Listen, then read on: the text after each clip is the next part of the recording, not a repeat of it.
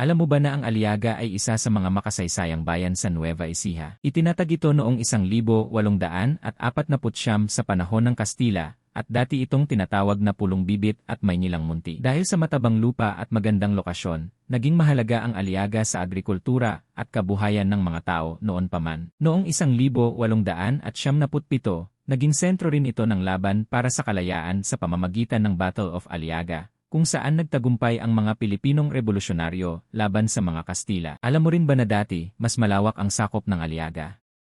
Ang mga bayan tulad ng Licab, Zaragoza, at Quezon ay minsang bahagi nito bago tuluyang naging hiwalay na mga bayan. Hanggang ngayon, kilala ang Aliaga hindi lang sa kasaysayan nito, kundi pati na rin sa mayamang kultura at tradisyon ng mga mamamayan nito. Kung gusto mo ng ganitong content, i-follow si Master Vin, i-like, at i-share ang videong ito para panibagong kaalaman. Maraming salamat!